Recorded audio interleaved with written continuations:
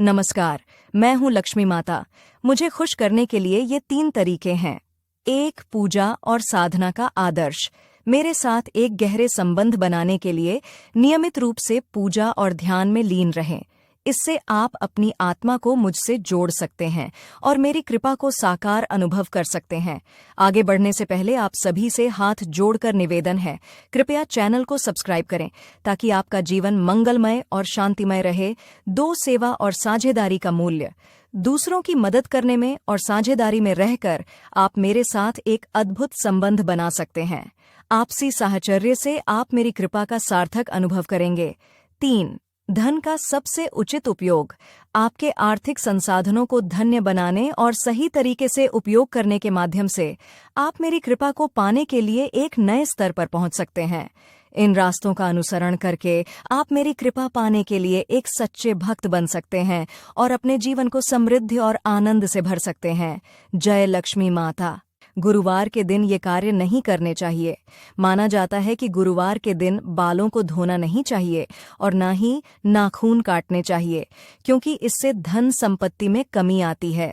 आगे बढ़ने से पहले आप सभी से हाथ जोड़कर निवेदन है, कृपया चैनल को सब्सक्राइब करें ताकि आपका जीवन मंगलमय और शांतिमय रहे। ये भी कहा जाता है कि व्यक्ति को इस दिन नहाने से परहेज करना चाहिए। पिता और गुरु बृहस्पति का प्रतिनिधित्व करते हैं, इसलिए इन्हें इस दिन अपमानित बिल्कुल भी नहीं करना चाहिए। भगवान विष्णु इससे क्रोधित हो सकते हैं और आपके लिए मुश्किलें पैदा हो सकती हैं। गुरुवार के दिन खिचड़ी का सेवन और घर में खिचड़ी बनाना भी अशुभ माना जाता है। यह भी मान्यता है कि गुरुवार के दिन कपड़े नहीं धोने चाहिए। कहा जाता है कि साबुन के इस्तेमाल से इस दिन कपड़े धोना भगवान विष्णु को क्रोधित कर सकता है। नमस्ते दोस्तों, मैं हूं आपकी धन और समृद्धि की स्वामिनी लक्ष्मी जी। आज हम बात करेंगे उन 3 कामों के बारे में जो मुझे क्रोधित कर सकते हैं और उनसे बचने के तरीकों के बारे में। पहला सवाल, क्या आप जानते हैं लक्ष्मी जी को कैसे प्रसन्न किया जा सकता है? जवाब, लक्ष्मी जी को प्रसन्न करने का सरल तरीका है उनके मंत्रों और स्तोत्रों का नियमित पाठ करना।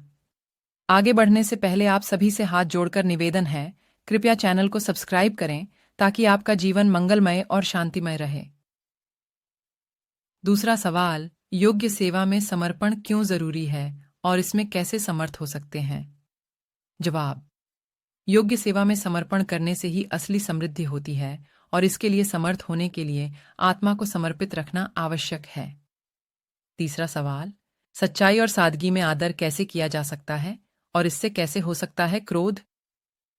जवाब, सच्चाई और सादगी में आदर करने से ही क्रोध से बचा जा सकता है और इसमें शांति और संतुलन होता है। आप भी इन 3 सवालों के जवाब जानकर अपने जीवन को सजीव कर सकते हैं। शुभ दिन दिव्य भक्तों, मैं हूँ आपकी लक्ष्मी माता जो यहाँ हूँ आपको सुख, समृद्धि और सफलता के मार्ग पर ले जाने के लिए। मेरी कृपा पाने के लिए आप इन 3 अद्वितीय मार्गों का अनुसरण कर सकते हैं। 1. आध्यात्मिक संबंध स्थापित करें। मेरे साथ एक आध्यात्मिक जुड़ाव बनाएं और नियमित रूप से पूजा और ध्यान में लीन रहें, जिससे आप अपनी आत्मा को मेरे साथ मिला सकते हैं और मेरी कृपा का अनुभव कर सकते हैं। आगे बढ़ने से पहले आप सभी से हाथ जोड़कर निवेदन है, कृपया चैनल को सब्सक्राइब करें ताकि आपका जीवन मंगलमय और शांतिमय रहे। 2. सेवा और सहयोग का मार्ग। दूसरों की सेवा करें और सहयोग करें, इससे आप मेरे साथ एक गहरा संबंध बना सकते हैं और मेरी कृपा को अधिक अनुभव कर सकते हैं। 3. आर्थिक समृद्धि का सही प्रबंधन। आपके आर्थिक संसाधनों को सही तरीके से प्रबंधित करें, नैतिकता का पालन करें और धन्य बनाएं ताकि आप अपने जीवन में समृद्धि का आनंद उठा सकें और मेरी कृपा पा सकें। इन मार्गों का अनुसरण करके आप मेरे साथ एक नए सफलता के सफर की शुरुआत कर सकते हैं और जीवन को धन्यमय बना सकते हैं। नमस्ते मेरे प्यारे भक्तों, मैं हूँ आपकी लक्ष्मी माता और आज हम बात करेंगे उन रहस्यों के बारे में जिनसे मैं क्रोधित हो सकती हूँ। 1. अधर्मिता और न्याय में अंतर। जब मेरे भक्तों में अधर्मिता होती है और न्याय से विच्छेद होता है तो मैं क्रोधित हो सकती हूँ। धर्म का पालन करना मेरे लिए अत्यंत महत्वपूर्ण है। आगे बढ़ने से पहले आप सभी से हाथ जोड़कर निवेदन है, कृपया चैनल को सब्सक्राइब करें ताकि आपका जीवन मंगलमय और शांतिमय रहे। 2. अहंकार और स्वार्थपरता। जब मेरे भक्त अहंकार में डूबे रहते हैं और स्वार्थ के मार्ग पर चलते हैं तो मेरा क्रोध उत्तेजित हो सकता है। समर्पण और विनम्रता मेरे संपर्क का मूल मंत्र हैं। 3. अन्यों के प्रति अमानवीय व्यवहार। जब मेरे भक्तों में दूसरों के प्रति अमानवीय व्यवहार होता है तो मैं क्रोधित हो सकती हूँ। अनुशासन और प्रेम से सभी के प्रति समर्पित रहना मेरे लिए अत्यंत महत्वपूर्ण है। इन सतर्कता करने वाले रहस्यों का अनुसरण करके हम सभी मिलकर एक शांतिपूर्ण और सहमत समाज बना सकते हैं। धन्यवाद।